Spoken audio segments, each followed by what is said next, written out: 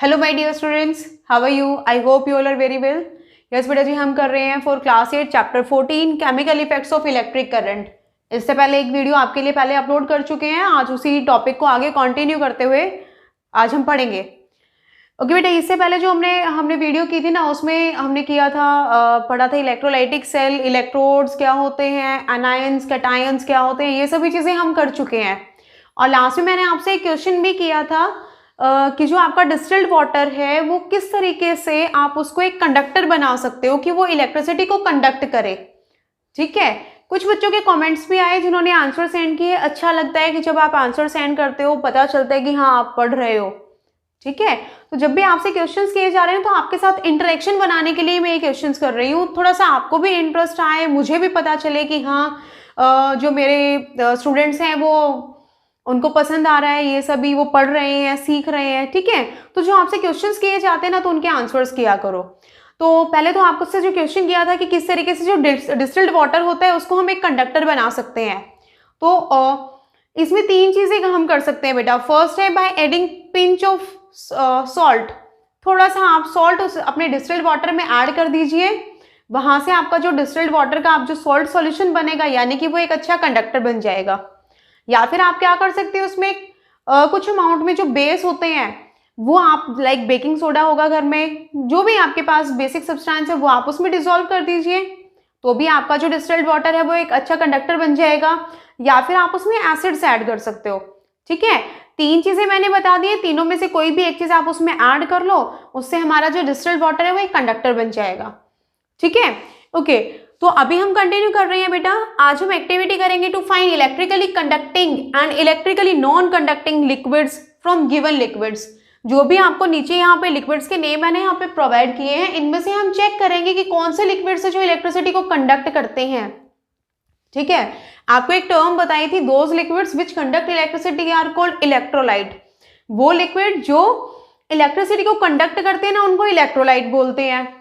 कुछ इलेक्ट्रोलाइट ऐसे होते हैं, यानी कि कुछ लिक्विड ऐसे होते हैं जो अच्छे से इलेक्ट्रिसिटी को कंडक्ट करते हैं, दोज आर स्ट्रॉन्ग इलेक्ट्रोलाइट। और जो अच्छे से कंडक्ट नहीं करेंगे दोज आर वीक इलेक्ट्रोलाइट। ठीक है, ये तो है कि जो भाई कंडक्ट करेंगे कम या ज्यादा तो स्ट्रॉन्ग और वीक हो गए हैं। लेकिन एक टर्म आपने और पढ़ी थी ना, poor conductor and good conductor, और यू कैन से इंसुलेटर। तो सेम यहाँ पर हम करेंगे, कुछ ऐसे भी लिक्विड्स होंगे जो इलेक्ट्रिसिटी को कंडक्ट करेंगे ही नहीं, ना अच्छे से ना बुरे से, जो कंडक्ट नहीं करने वाले। ठीक है, तो वो क्या हो जाएंगे, पुअर कंडक्टर ऑफ इलेक्ट्रिसिटी। तो ओके, लेट्स स्टार्ट। देखिए बेटा, सेम जैसे हमने सेटअप किया है, आपको बताया था इलेक्ट्रोलाइटिक सेल हम यहाँ पे बना लेंगे। हमने क्या किया है, एक वेसल के अंदर वन बाय वन हम यहाँ पे जो सॉल्यूशन है उनको यहाँ पर रखते जाएंगे। हमने यहाँ पे क्या लगाया, एक स्विच लगा दिया है, बैटरी है जहां पर पॉजिटिव टर्मिनल के साथ कौन सा टर्मिनल कनेक्ट होता है, आपको बताया था मैंने। पॉजिटिव के साथ जिस इलेक्ट्रोड को हम कनेक्ट करते हैं उसे क्या बोलते हैं, सोचिए, ध्यान लगाइए, आपको बताया था। Positive is anode. जो एनोड है वो कौन है, आपका पॉजिटिव टर्मिनल, सॉरी मींस जो आपके पॉजिटिव जो आपकी इलेक्ट्रोड है which is connected with positive terminal of battery, वो क्या हो जाएगी आपकी एनोड। और कैथोड क्या हो जाएगा, जो नेगेटिव के साथ कनेक्टेड है, लाइक मींस ये वाला।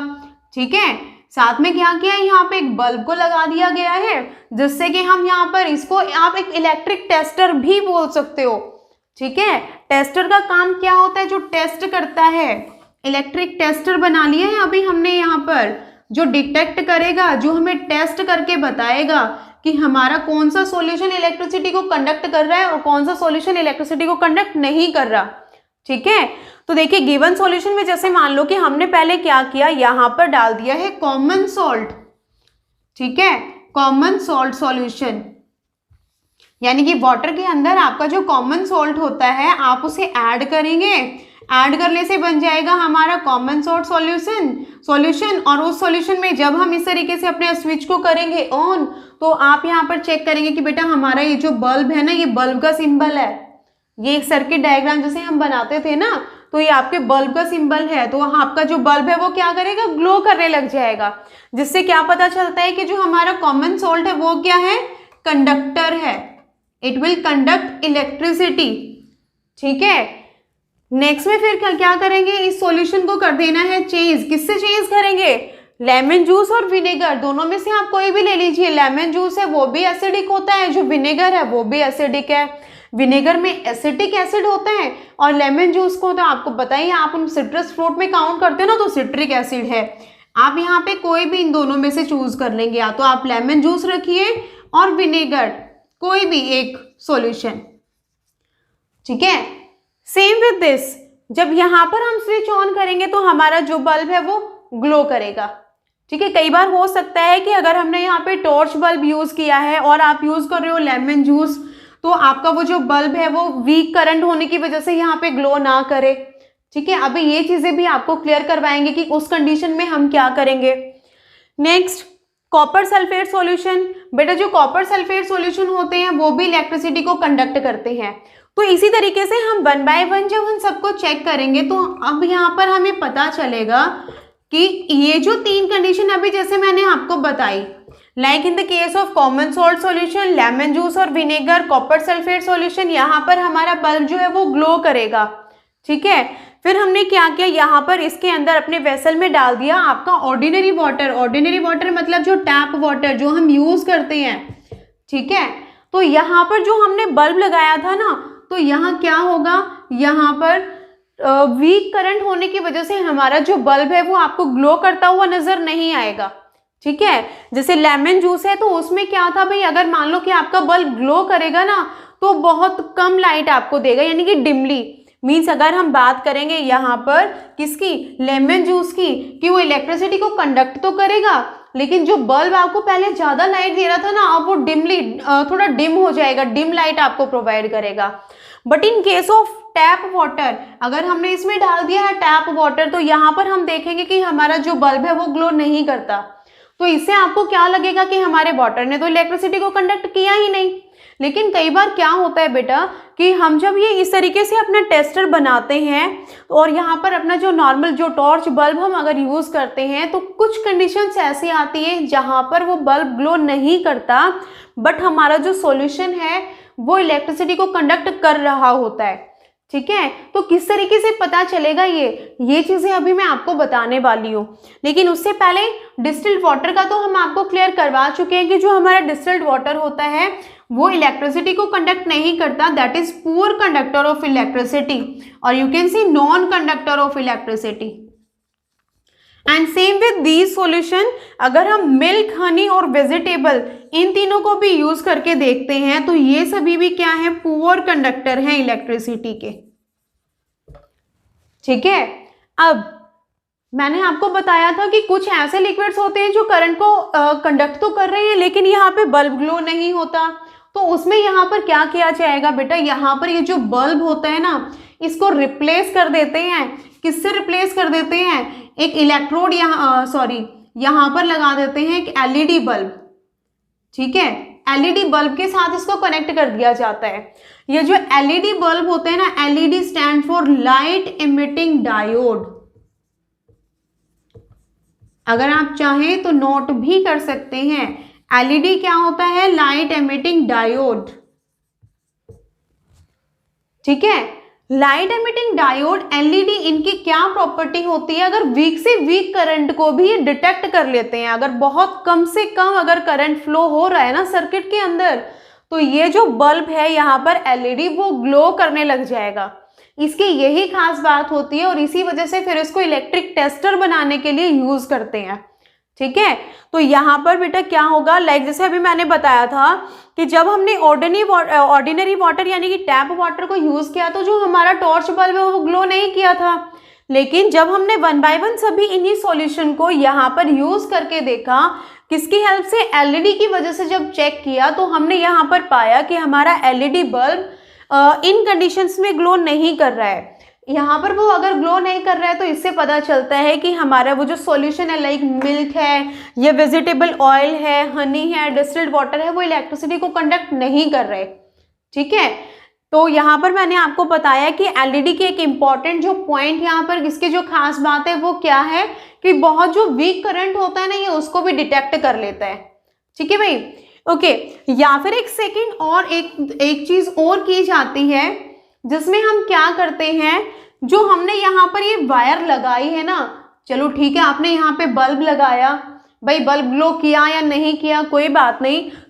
इसमें क्या करेंगे, हमने ये जो यहाँ पर वायर्स यूज की हैं, आपकी जो मैच बॉक्स होती है ना, उसका इंटरनल जो पार्ट होता है, जैसे ट्रे जिसको हम बोल सकते हैं मैच बॉक्स के अंदर, तो उसके अंदर क्या करेंगे, हमें रखना अपना मैग्नेटिक कंपास। ठीक है, मैग्नेटिक कंपास आपको पता है ना, एक डिवाइस जो एक मैग्नेटिक कंपास क्या होता है, एक डिवाइस होता है जो हमें डायरेक्शन फाइंड आउट करने में हेल्प करता है।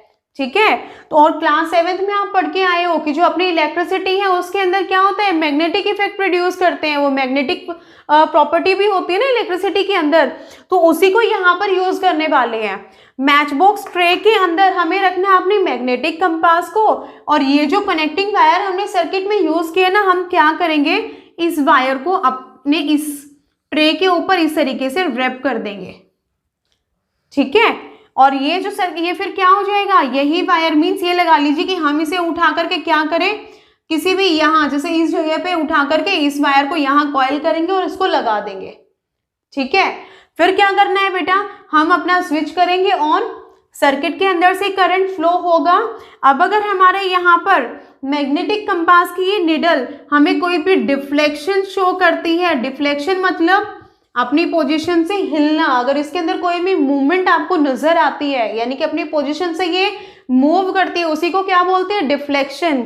अगर यहाँ पर कोई भी डिफ्लेक्शन आपको नजर आती है, इट मीन्स सर्किट के अंदर करंट फ्लो हो रहा है, यानी कि हमारे यहाँ पर जो सॉल्यूशन था, देखो इलेक्ट्रोड से बीच में गैप है, दोनों किसकी वजह से कनेक्ट हो रही है, सॉल्यूशन की वजह से। ठीक है, तो अगर यहाँ पर मैग्नेटिक कंपास में आपको कोई भी डिफ्लेक्शन नजर आती है, तो इससे हमें पता चलेगा कि हाँ हमारा जो सॉल्यूशन है वो इलेक्ट्रिसिटी को कंडक्ट कर रहा है। ठीक है, एंड सेम थिंग जैसे एलईडी के बारे में मैंने आपको बताया था कि एलईडी के अंदर ये खास बात होती है कि वो वीक करंट को भी डिटेक्ट कर लेगा और जो एलईडी है वो ग्लो करने लग जाएगा। Same with this magnetic compass, जो करंट अगर वीक से वीक करंट होता है बेटा जी, तो वो भी मैग्नेटिक प्रॉपर्टी यानी कि मैग्नेटिक बिहेवियर अपना दिखाता है। अगर आपका सॉल्यूशन इलेक्ट्रिसिटी को कंडक्ट करेगा तो यहाँ पर डिफ्लेक्शन आपको नजर आएगी। डिफ्लेक्शन अगर आपको नहीं नजर आती है, इट मीन्स हमारा जो सॉल्यूशन है वो पुअर कंडक्टर है, वो इलेक्ट्रिसिटी को कंडक्ट नहीं करता। ठीक है, तो ये थी यहाँ पर हमारी activity to check whether the solutions are conducting electricity और नॉट। ठीक है, कि कौन से जो सॉल्यूशंस हैं वो इलेक्ट्रिसिटी को कंडक्ट कर रहे हैं, कौन इलेक्ट्रिसिटी को कंडक्ट नहीं करते हैं। ठीक है, तो इससे पहले जो मेन पॉइंट यहाँ पे क्वेश्चन डिस्टिल्ड वाटर वाला मैंने बताया था, सेम अगर आप कंपेयर करते हो डिस्टिल्ड वाटर को, टैप वाटर को, रेन वाटर को, या फिर आपका सी वाटर होता है, तो बेटा जो सी वाटर होता है वो भी एक अच्छा कंडक्टर है इलेक्ट्रिसिटी का। क्यों है, क्योंकि सी वाटर के अंदर तो बहुत सारे सॉल्टी होता है ना, अपना जो ओशन वाटर सी वाटर होता है सॉल्टी होता है, तो बहुत सारे सॉल्ट उसके अंदर डिजॉल्व हैं, तो इसी वजह से वो एक अच्छा कंडक्टर होता है। ठीक है, आई होप आपको ये जो चीजें हैं क्लियर हुई होंगी, आपको जो टॉपिक है ये समझ में आया होगा। बहुत इंपॉर्टेंट है ये चीजें, इन पॉइंट्स को आप नोट कर लीजिए।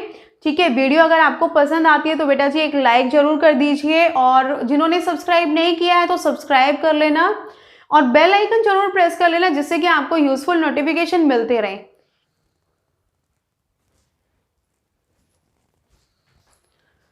यस बेटा जी, जैसे कि अभी हम कर रहे थे, हमने किया था कि कौन कौन से जो सॉल्यूशंस है वो इलेक्ट्रिसिटी को कंडक्ट करते हैं, तो अभी हम करेंगे to demonstrate the chemical effect of electric current. जैसे हमारे चैप्टर का नेम ही है कि chemical effects of electric current, तो अभी हम इसी के बारे में एक एक्टिविटी अभी आपको एक्सप्लेन करने जा रही हूँ।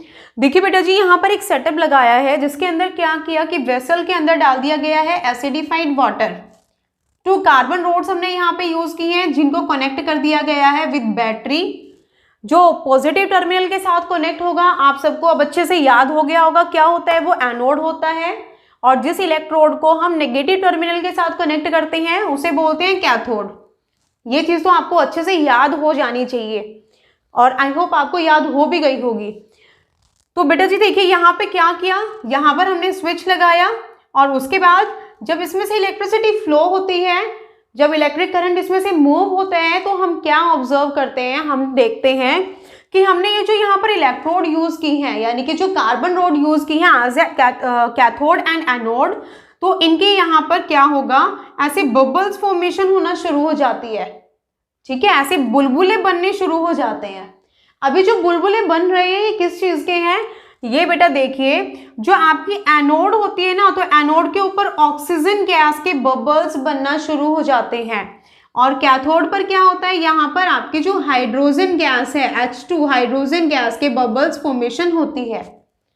ठीक है, फर्स्ट टाइम इन 1800 आपके एक साइंटिस्ट हुए हैं, एक केमिस्ट हुए हैं, William Nicolson,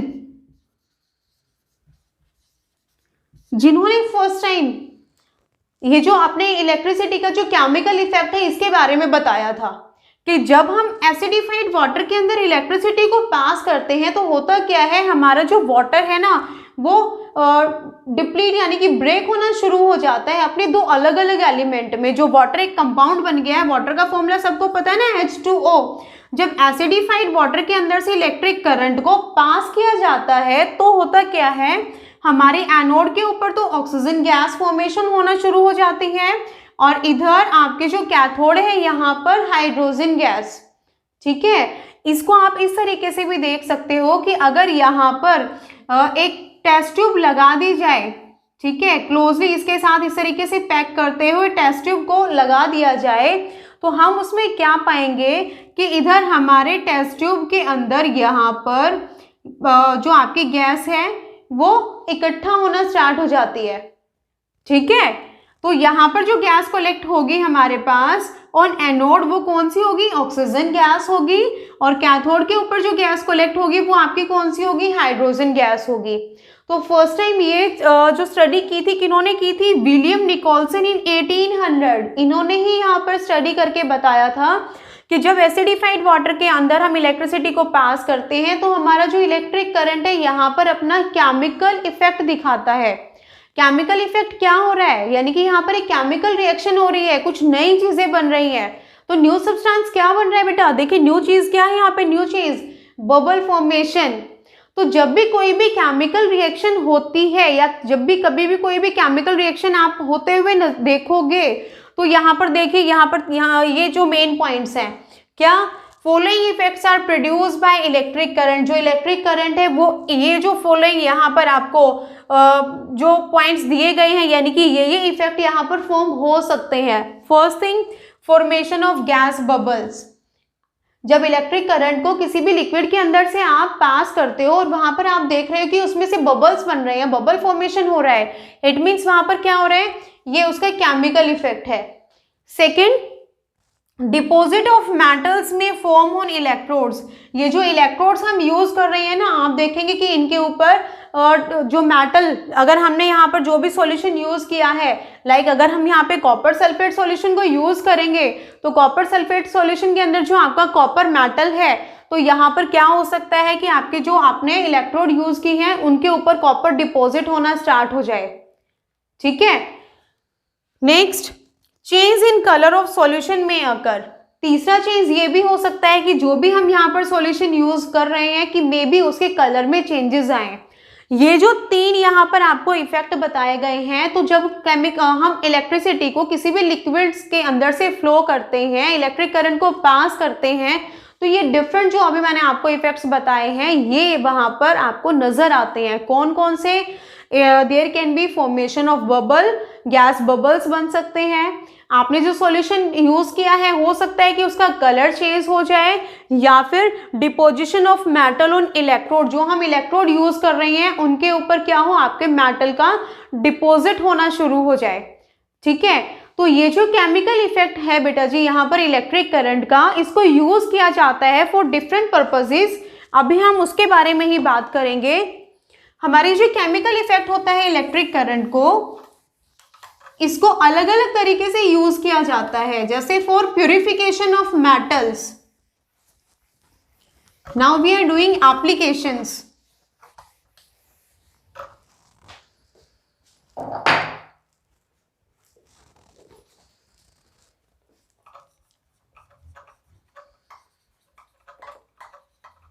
application of chemical effects of electric current.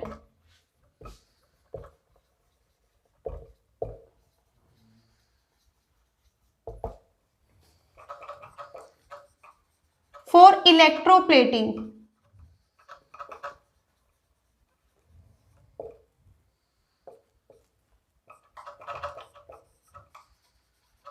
purification of metals and extraction of metals from their ores।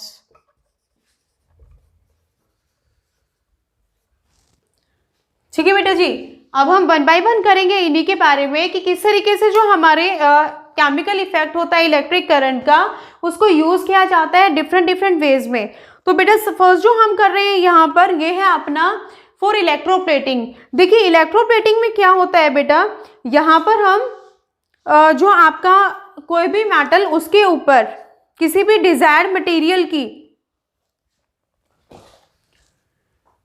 जो भी हम यहाँ पर मेटल हम चाहते हैं उसके ऊपर किसी दूसरे मेटल की प्लेटिंग करने के लिए, पॉलिश करने के लिए भी हम इस प्रोसेस को यूज करते हैं। ठीक है, जैसे कि जिसमें हम क्या करेंगे, सेम जैसे अब तक हम सेटअप करते आए हैं, हम क्या करना चाहते हैं, लाइक आपके पास कोई भी स्टील की स्पून है और स्टील स्पून के ऊपर आप चाहते हो कि यहाँ हम उसके ऊपर कॉपर की एक प्लेटिंग कर दें, तो उस कंडीशन में हमें क्या करना पड़ेगा बेटा, यहाँ पर जो हम इलेक्ट्रोड यूज करेंगे वो कौन सी हो जाएगी, कॉपर की हम यूज करेंगे। ये जो इलेक्ट्रोड हम यूज करने वाले हैं वो हम कॉपर की इलेक्ट्रोड यूज करेंगे। सॉल्यूशन यहाँ पर रखा जाएगा किसका, कॉपर सल्फेट सॉल्यूशन। ठीक है, कॉपर सल्फेट सॉल्यूशन। स्पून यहाँ पर हमारे सेकंड इलेक्ट्रोड का ही वर्क करेगी, बैटरी के साथ इसको कनेक्ट किया जाएगा,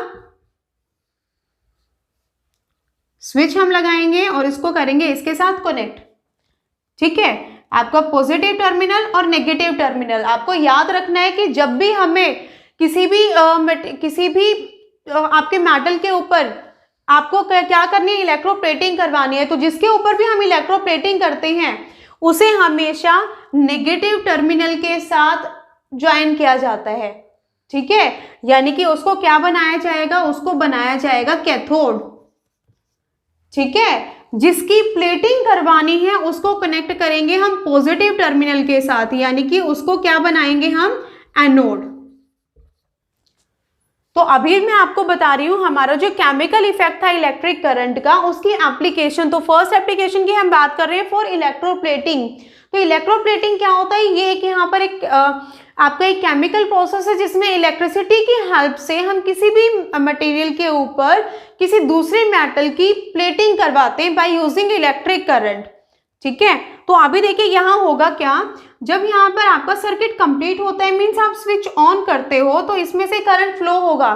तो ये जो आपने कॉपर की प्लेट यानी कॉपर इलेक्ट्रोड हमने यहाँ पर जो यूज किए, देखिए मैंने अभी आपको बताया था कि जब भी केमिकल इफेक्ट होता है, अभी इससे पहले ही हमने किया था कि जब भी कोई केमिकल चेंज होता है बिकॉज ऑफ इलेक्ट्रिक करंट, तो क्या होगा, बबल फॉर्मेशन होगी या फिर डिपोजिशन होगा मेटल का, किसके ऊपर, इलेक्ट्रोड के ऊपर।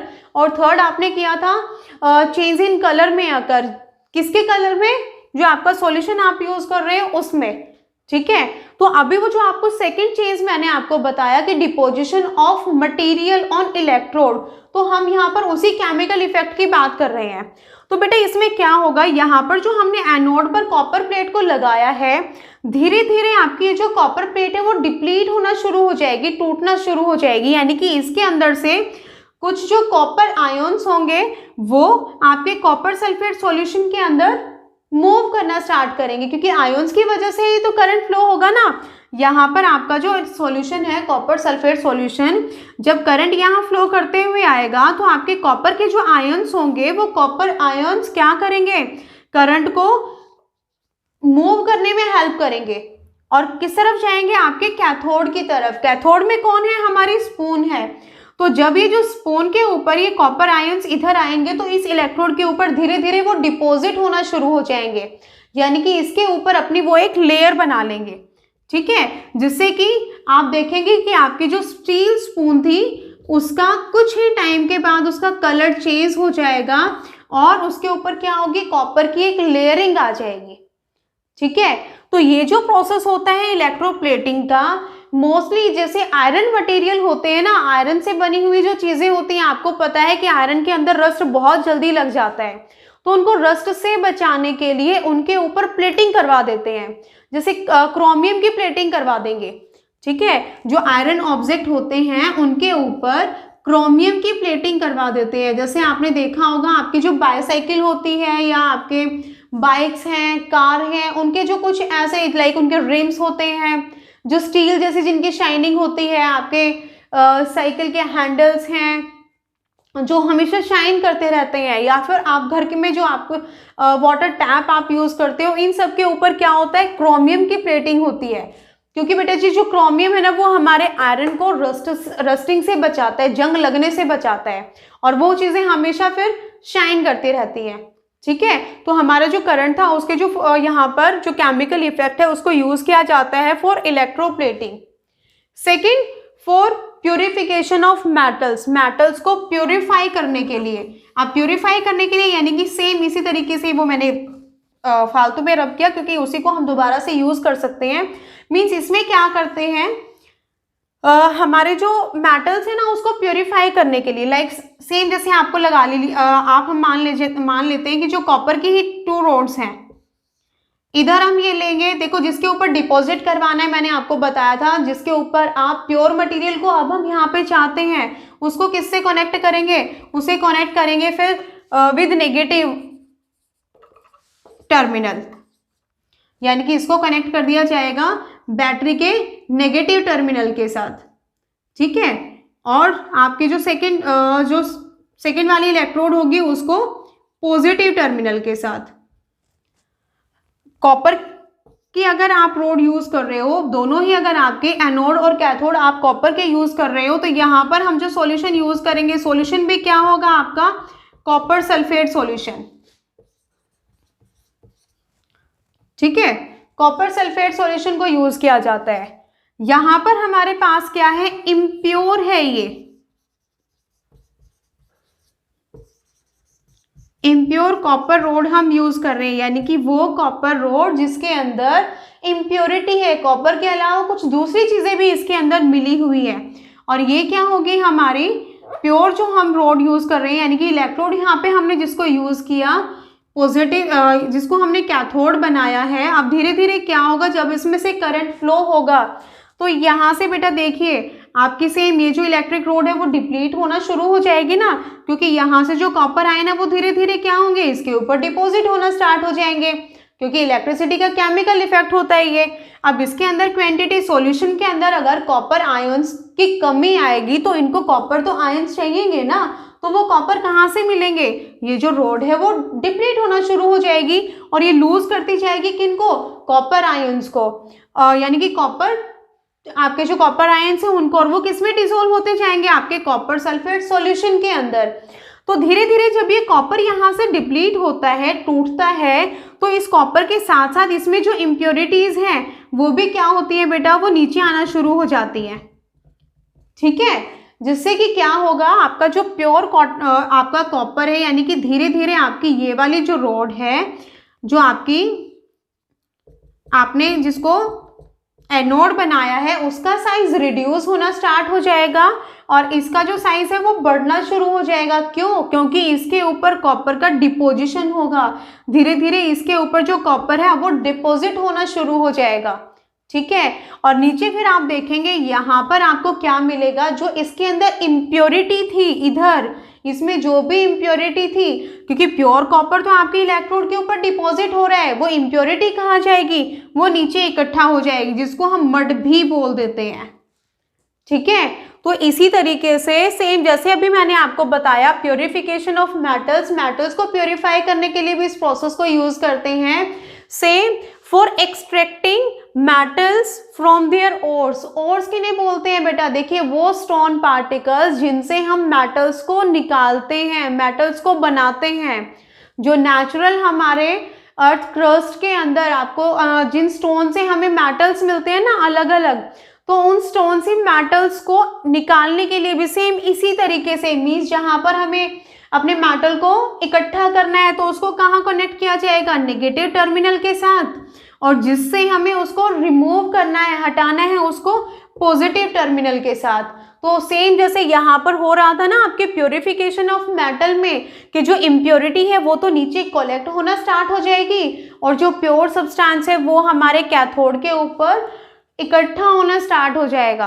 तो इस तरीके से ये जो हमारा यहाँ पर करंट का केमिकल इफेक्ट है उसे अलग अलग एप्लीकेशंस में मीन्स इन्हें यूज किया जाता है।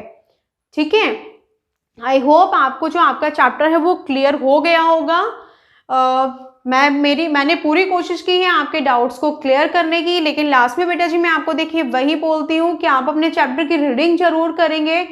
मे भी हो सकता है कि कुछ छोटी छोटी चीज़ें इधर उधर स्किप हो जाती हैं, जिससे कि आप पढ़ोगे तो वो आप उन चीज़ों को अच्छे से और भी गेन कर पाओगे। मेरा यहाँ पे मोटिव क्या है, आपके कॉन्सेप्ट को क्लियर करवाना।